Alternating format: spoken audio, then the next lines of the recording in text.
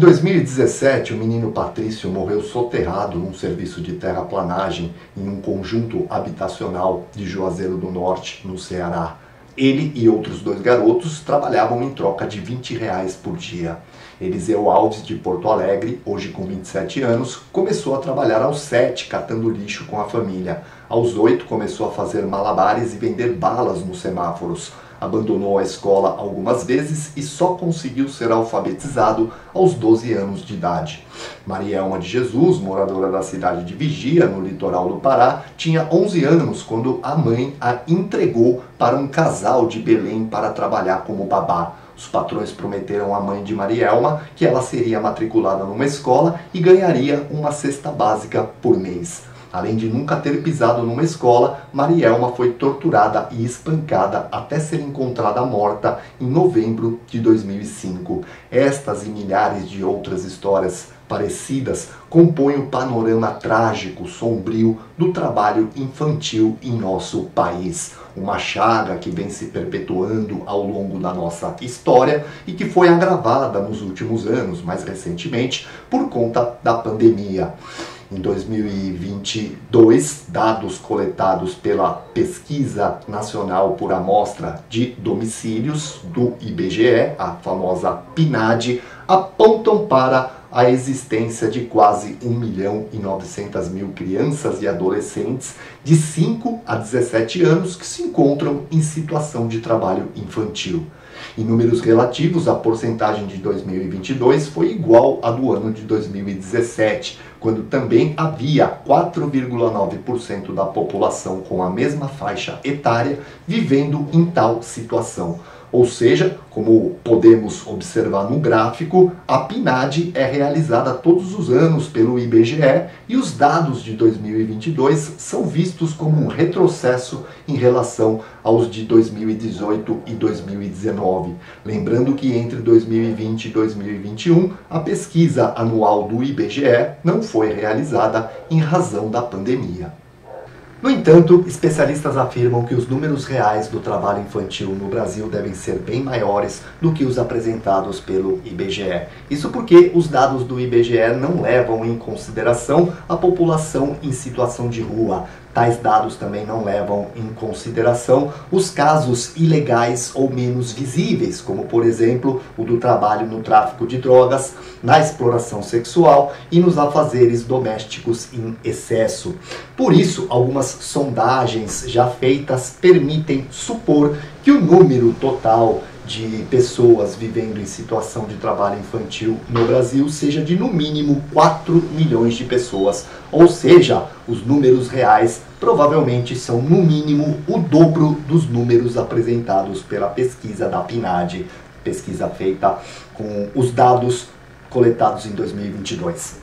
Mas, antes de mais nada, o que dizem as leis brasileiras com relação a essa questão do trabalho infantil? Afinal de contas, o que caracteriza a situação de trabalho infantil? Os dois conjuntos de leis mais importantes com relação a esse assunto são a Constituição de 1988 e o ECA, Estatuto da Criança e do Adolescente de 1990. De um modo geral, as leis brasileiras proíbem o trabalho noturno, perigoso e insalubre a todos os menores de 18 anos de idade. Para os jovens de 14 e 15 anos, é permitida apenas a realização de funções já previstas em lei na condição de aprendiz. Em condições como essa, de aprendiz, existem também restrições de horário, que são maiores para aqueles que ainda não completaram o ensino fundamental. O objetivo de tais restrições de horário é não prejudicar ainda mais a frequência na escola e os estudos em geral. A partir dos 16 anos, o jovem já pode ser contratado no regime formal, com carteira de trabalho registrada, desde que respeitadas as restrições de trabalho noturno, perigoso e insalubre, condições de trabalho que continuam sendo vedadas até os 18 anos de idade. Portanto, de acordo com as leis brasileiras, Tirando os menores de 14 anos, a questão não é o exercício da atividade econômica em si. O que as leis tentam restringir é o exercício de atividades que comprometam o desenvolvimento da criança ou do adolescente, submetendo-o a condições de risco e a jornadas excessivas que retirem dele a oportunidade dos estudos e da própria qualificação profissional. Fundamentalmente, o que se cobra é o exercício de atividades que estejam de acordo com a idade e com as condições em que a criança ou o adolescente está inserido. Voltando aos dados do IBGE para o ano de 2022, quase metade das quase 1.900.000 pessoas em situação de trabalho infantil foram identificadas no grupo caracterizado como TIP, Trabalho Infantil Perigoso. São crianças e adolescentes que realizam funções que envolvem riscos de acidentes e trabalho prejudicial à saúde. Ao todo, foram mais de 750.000 crianças e adolescentes encontrados na situação de trabalho perigoso em 2022, o que torna os dados ainda mais alarmantes. A última pesquisa PNAD mostra ainda que 65% dos que vivem em situação de trabalho infantil são meninos e 66% são negros e pardos, o que aponta para disparidades também de gênero e cor.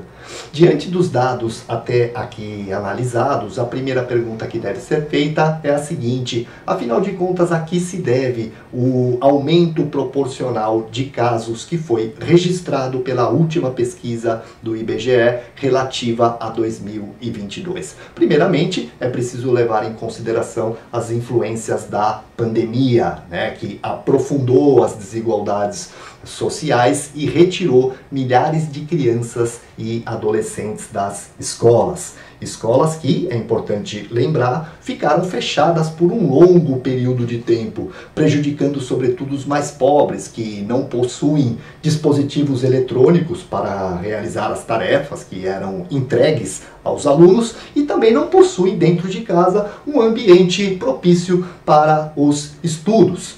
Ou seja, essas crianças e adolescentes acabaram ficando afastados das atividades escolares de uma forma geral. Toda essa realidade aumentou a evasão escolar e obrigou milhares de crianças e adolescentes a realizarem atividades econômicas no intuito de aliviar os problemas financeiros vividos dentro de casa.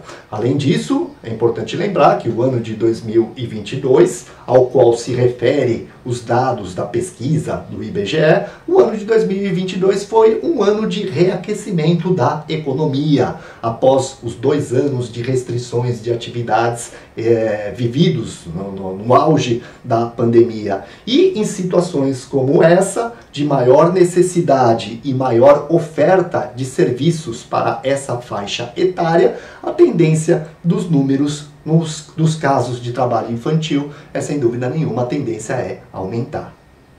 Por fim, a pergunta mais importante que deve ser feita é a seguinte: como combater a chaga do trabalho infantil em nosso país? Primeiramente, é preciso intensificar as políticas de combate à pobreza, dentre elas a implementação de programas de transferência de renda, como por exemplo o Bolsa Família, desde que tais programas estejam atrelados a condicionantes que obriguem a família a matricular os seus filhos e a fazer com que os seus filhos frequentem regularmente as aulas. Tais condicionantes foram suspensos durante a pandemia por conta do fechamento das escolas. No entanto, atualmente, tais condicionantes já foram retomados, o que significa que as famílias cujos filhos não estejam frequentando regularmente as aulas ficam impedidas de receber o auxílio do governo. Ou seja, a família só vai receber o benefício se os seus filhos estiverem matriculados e frequentando frequentando as aulas regularmente. No ano passado, em 2023, o atual governo passou a pagar para essas famílias também um adicional para cada filho devidamente matriculado e frequentando regularmente as aulas. Os especialistas entendem que tais estímulos vão evitar a evasão escolar e dessa forma diminuir os índices de trabalho infantil. Outra medida adotada recentemente pelo governo federal e que é vista com bons olhos pelos especialistas é o programa Pé de Meia, que visa oferecer aos estudantes do ensino médio uma poupança na qual, ao longo de todo o ensino médio, o aluno vai receber inúmeras parcelas de R$200 e um adicional de R$1.000 para cada ano devidamente concluído. O objetivo é fazer com que esse dinheiro fique guardado nessa poupança ao longo de todo o ensino médio e o aluno só vai ter condições de resgatar esse dinheiro quando ele conseguir efetivamente concluir o ensino médio. Com tal estímulo, ao que tudo indica, o jovem que cursa o ensino médio se sentirá menos atraído a abandonar os estudos para assumir atividades que sejam mal remuneradas e perigosas. Uma realidade que, como a gente viu até agora, ocorre comumente na história do nosso país. Portanto, a solução para o problema do trabalho infantil passa pelo combate à evasão escolar e pela melhoria das condições de educação em todo o país. É preciso investir pesadamente na educação pública, é preciso universalizar o ensino integral para que o jovem, a criança, fique um período mais prolongado de tempo dentro da escola, realizando atividades curriculares e extracurriculares. É preciso também qualificar os jovens para o mercado de trabalho, para que quando eles consigam terminar o ensino, eles tenham melhores oportunidades de emprego no mercado de trabalho. O combate ao trabalho infantil passa também por um aumento das ações de fiscalização realizadas pelos auditores fiscais. São tais auditores que inspecionam os locais de trabalho e resgatam crianças e adolescentes das inúmeras situações de risco à vida e ao desenvolvimento pleno de suas capacidades. Por fim, se a erradicação do trabalho infantil passa pelo combate à pobreza, é preciso implementar políticas de valorização real dos salários. É preciso também enfrentar a informalidade no mercado de trabalho e a precarização do trabalho. Fenômenos esses que nós vamos estudar com mais profundidade nas nossas próximas videoaulas. Galera, termino aqui mais esta nova videoaula e peço mais uma vez para que você, por favor, ajude a divulgar o nosso projeto. Dê um joinha aqui nessa nossa videoaula, compartilhe os nossos trabalhos, se inscreva no nosso canal, porque sem a sua ajuda o nosso projeto não vai conseguir seguir adiante. Um grande beijo e encontro você na próxima semana.